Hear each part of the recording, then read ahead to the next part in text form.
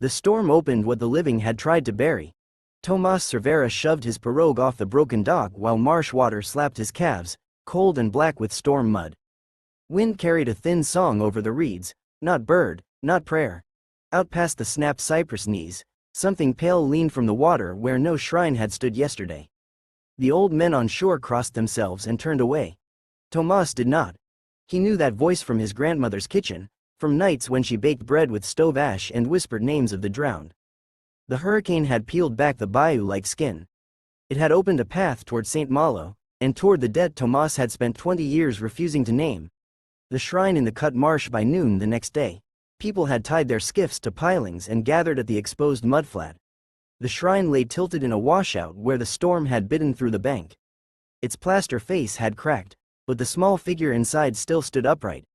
Saint Malo with one hand raised, his feet green with algae. The saint rose where the bank had given way. No one touched it. The women from Delacroix kept their baskets close. The old Filipino crabbers from farther down the line stood bareheaded and silent. Tomas stepped into the mud and heard his name move through the crowd like a hook dragged over shell. He brought the cutters, said Armand Valère, whose sons now worked in New Orleans because the nets no longer fed them. He showed them the Rookery Channel. He sold the trees, then asks why the water rises. Tomas did not answer. He could still see the cypress grove as it had been, trunks broad as chapel pillars, egrets lifting white from the branches, canaries once hung in cages by men who watched the air in distant camps and fishing sheds. He had guided the timber crew through a hidden channel because he needed cash after fever took his wife. The cutters paid in silver and salt pork. Months later, the rookery stood open to wind. After that came harder tides, broken nests, and a shoreline that kept stepping back. At dusk, while the crowd thinned, singing spread over the marsh. It came in thin human strands, many voices holding one note, then another. Not church Latin, not any tune the younger people knew. The old Filipino men looked toward the water and lowered their eyes. Tomas's grandmother had once told him that the dead do not ask for flowers in a place that drowns each season.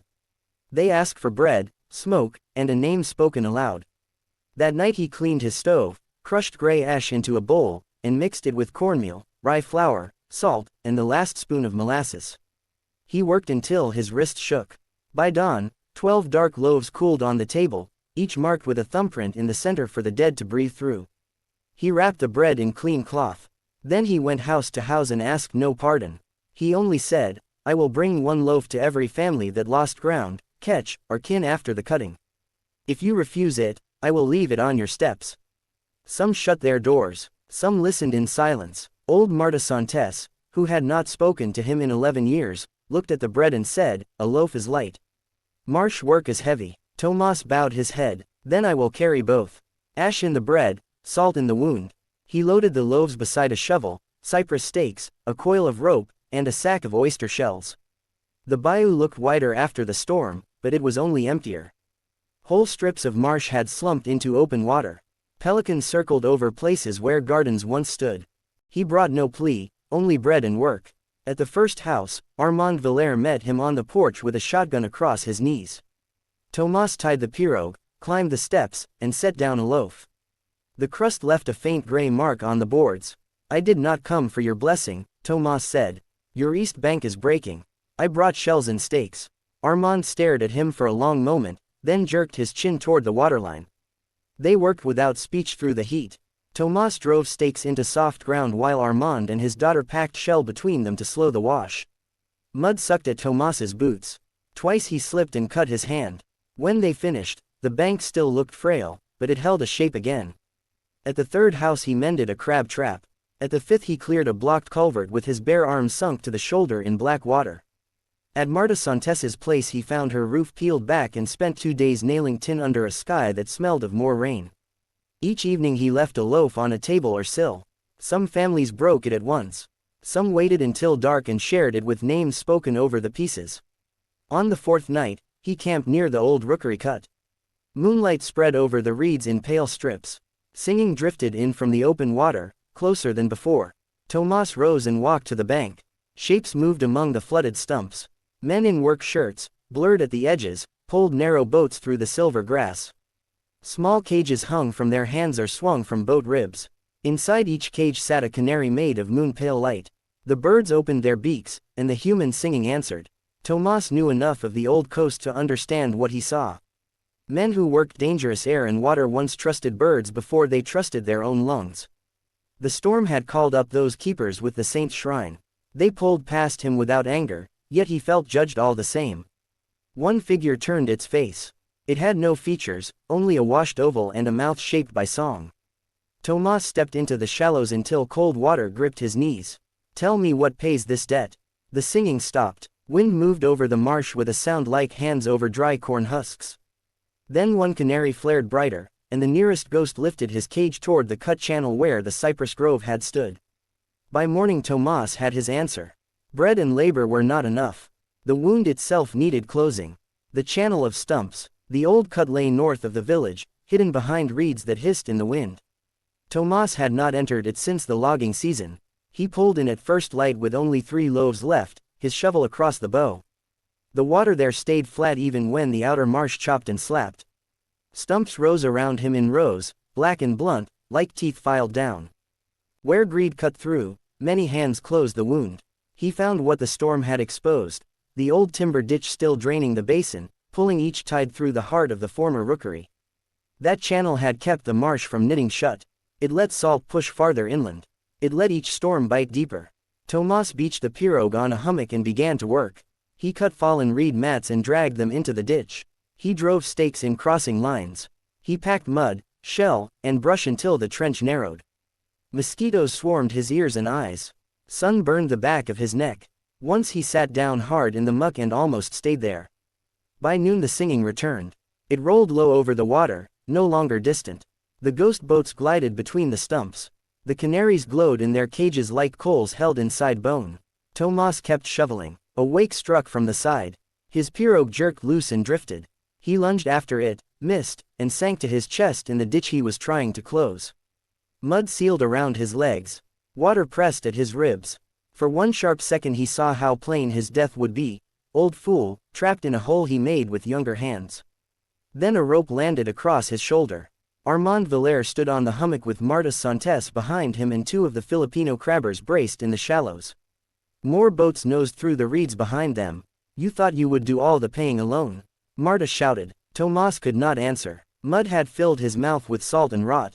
He gripped the rope, and they hauled him free inch by inch. When he sprawled on the bank, coughing black water, no one spoke of mercy. They picked up tools. All that day they worked the cut. The younger men pulled in bundles of brush.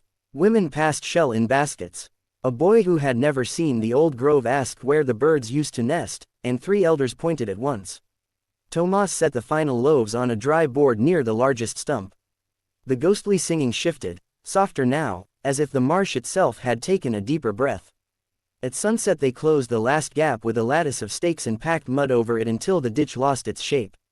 Water spread and slowed across the basin. Egrets landed in the reeds, first 1, then 4, then a line of white bodies folding into dusk. The ghost boats faded with the light. One cage remained visible a moment longer than the rest. The canary inside gave a single bright tremor, then went dark. Bread on the water at Saint Malo. 3 weeks later, the village carried the shrine back to firmer ground. They set it on a shell rise above the highest recent flood line, facing the water. No priest came. The people did not wait for one. They fed the dead and the living from the same loaf. Tomas mixed another batch of ash bread before dawn. This time others joined him. Marta measured salt. Armand's daughter kneaded the dough. One of the Filipino elders, Lolo Ben, scored each loaf with a small cross and a bird wing. When the bread baked, the kitchen filled with a dark grain smell and the dry mineral scent of ash. At evening they rowed out together. Each boat carried 1 loaf, 1 lantern, and 1 name. They floated past the repaired bank, past the sealed cut, into water made calm by the new reed catch already gathering silt. Tomas stood in the bow of his pirogue and read from a page of names written in his stiff hand.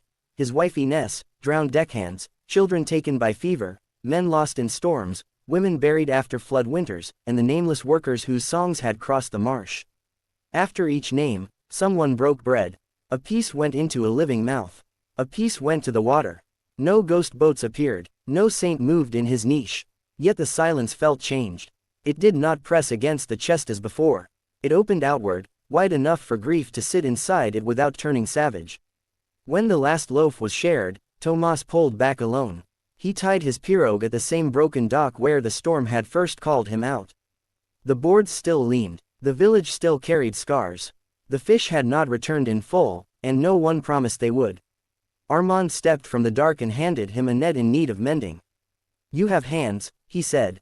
Tomas took the net. "I do." That winter he worked where work was needed.